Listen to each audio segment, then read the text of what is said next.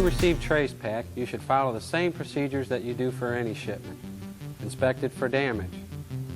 Check the packing list and material for the correct model number and quantity. Store the bundle to protect it from mechanical damage and keep it covered from the weather. We ship longer lengths on spools like this. Shorter lengths of 1 to 200 feet, depending upon the product, are coiled and shipped in cardboard cartons.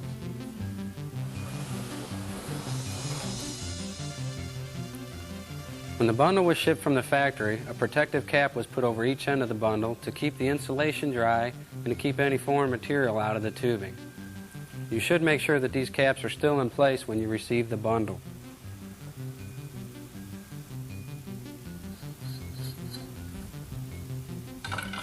When you cut the product off the shipping spool for installation, be sure you reinstall the cap on the bundle or the spool.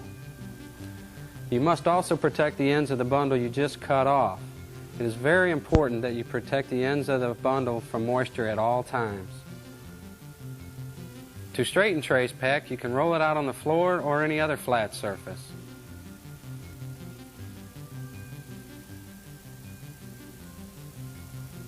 This will leave a slight bow that can be taken out by hand.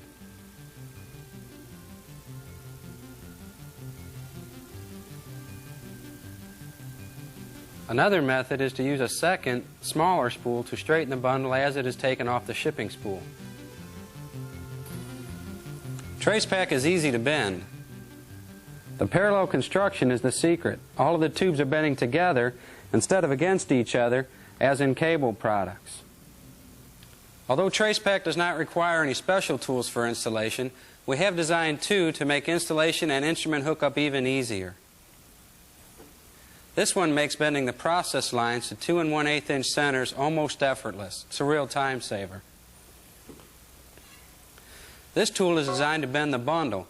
It's similar to a conduit bender, except it has one flat side. Because of the parallel construction, Tracepak has an oval cross section to it. When bending the bundle, you should always bend along the wider or flat side.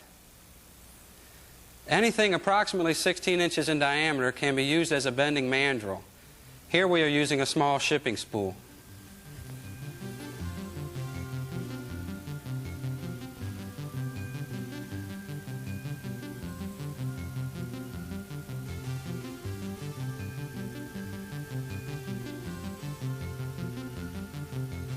Eight inches is the minimum bending radius, but 8 inches is not critical to keep from flattening the tubing.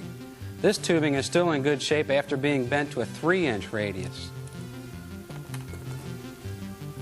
The urethane jacket on Tracepak is very tough, but it's also very elastic. It should wrinkle when the bundle is bent or twisted. The urethane jacket also means that cold temperatures won't stop you from being able to finish your installation. It can be installed in temperatures as low as -40 degrees.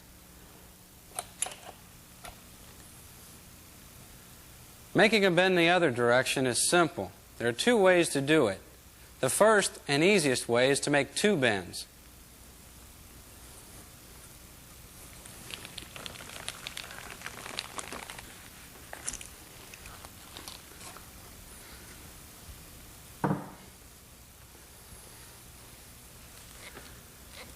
Grab the bundle and twist it in the direction you want it to go.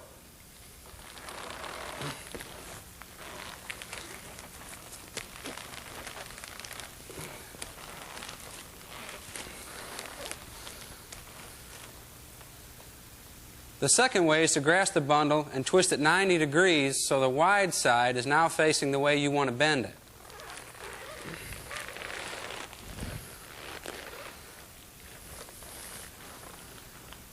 This twisting technique can also be used to position the tubes for instrument or process connections. Routing and supporting Tracepak doesn't require any special considerations. You will probably want to route it along existing structures, such as pipe racks and columns. When you measure to determine how much tubing bundle will be needed, measure into the bends at the corners and add enough to make your connection to the tracer at each end. You may need extra tracer to connect a heater in an enclosure. If you have an electric tracer, you need to make sure that you allow enough to leave about 6 inches or 15 centimeters inside the junction box. You may need more length at the other end if you want to use the tracer to heat root valves or other equipment. Use the bundle bending tool to make your bends as you go. Support the Tracepak bundle at distances of every 6 feet or 2 meters for the horizontal runs, and don't place supports closer than 1 1/2 feet or 1/2 meter from a bend. For the vertical runs, install supports no further apart than 15 feet or 5 meters. Supports should have a wide strap such as this one, and we don't recommend that you use U-bolts as supports. The supports should be snug, but don't over-tighten them so that they crush the bundle, such as this one. Okay, take me down.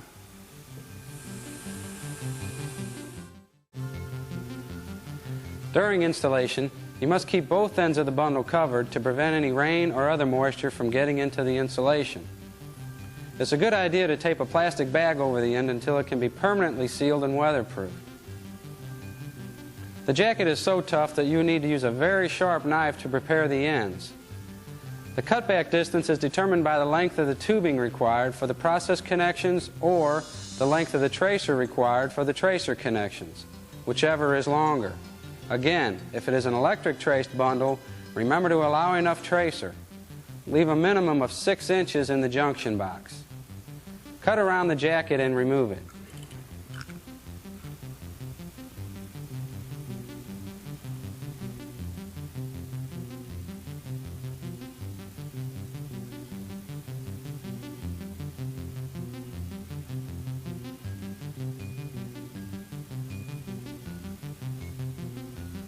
Cut the insulation away, but be careful not to nick or score the tubing.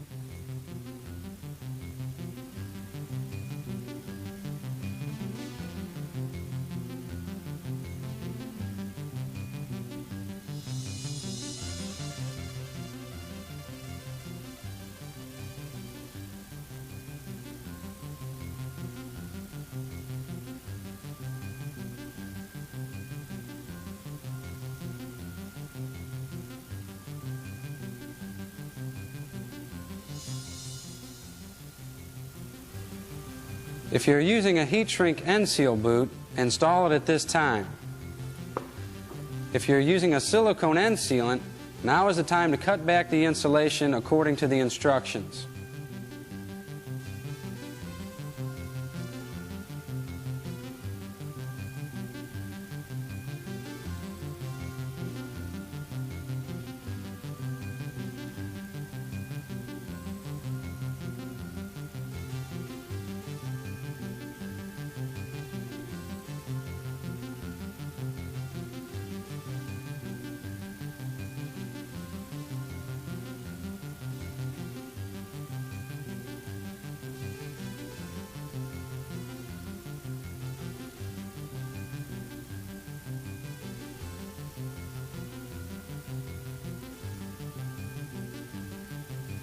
You may find it easier to flare the process tubes to the correct instrument centers before installing the boot.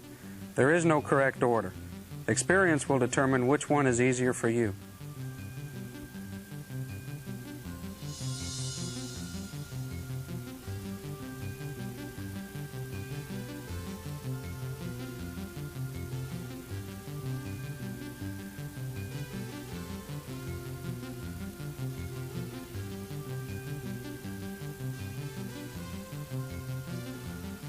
You can use a standard tubing bender to make your bends.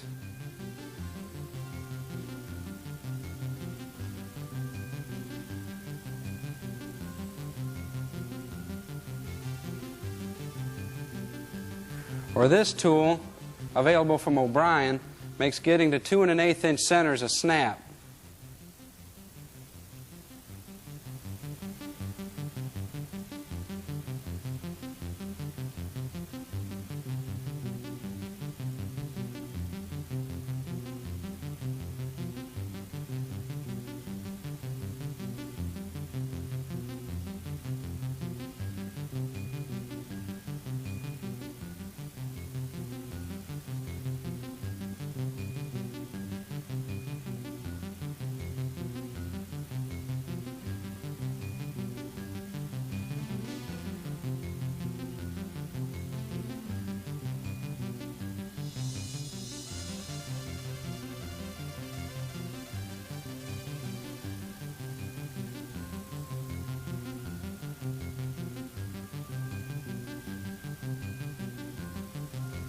A hint we received from the field uses a section of 2x4 to bend the tubes back to the correct instrument centers.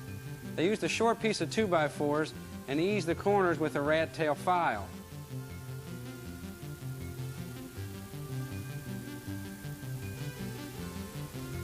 When you hook the tubing up to your instrument or to a process line, you'll notice another advantage of Tracepak's parallel construction. The tubing is round. All you have to do is cut it to length. You shouldn't have to re-round the tubing before it will fit into a tube fitting.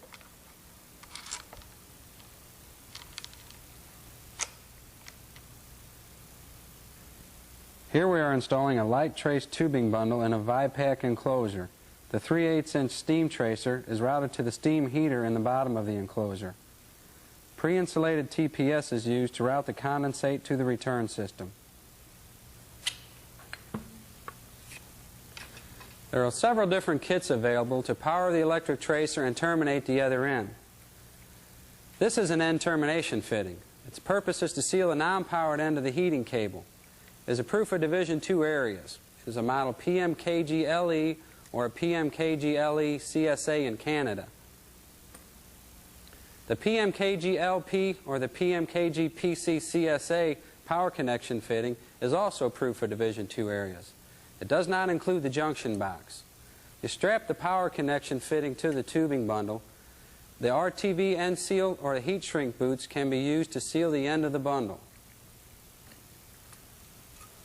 This power connection kit is used with an enclosure. The LPD2 provides an outside junction box for both the electric tracer and the enclosure heater. It is assembled from components approved for Division II areas.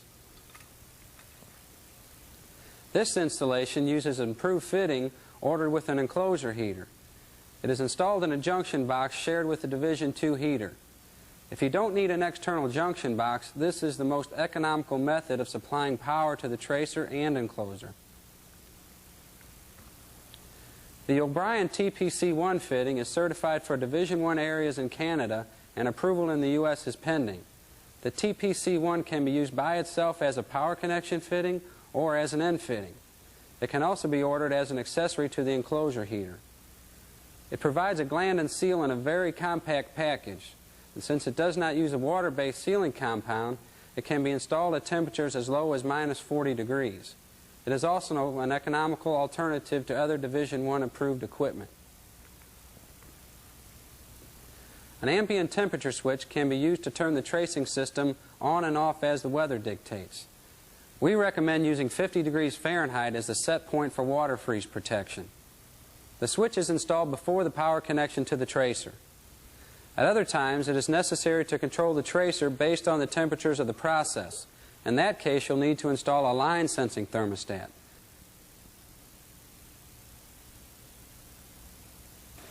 The capillary bulb is inserted into the bundle in direct contact with the process tubes and away from the tracer.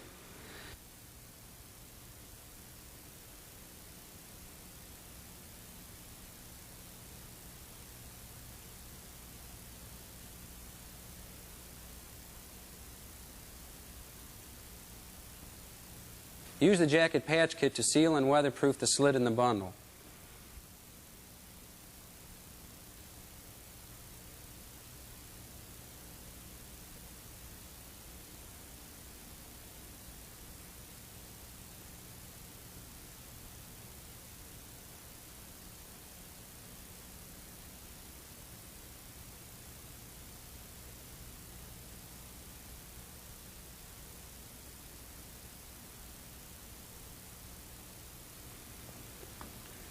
We've shown you many different methods of terminating and powering Tracepak.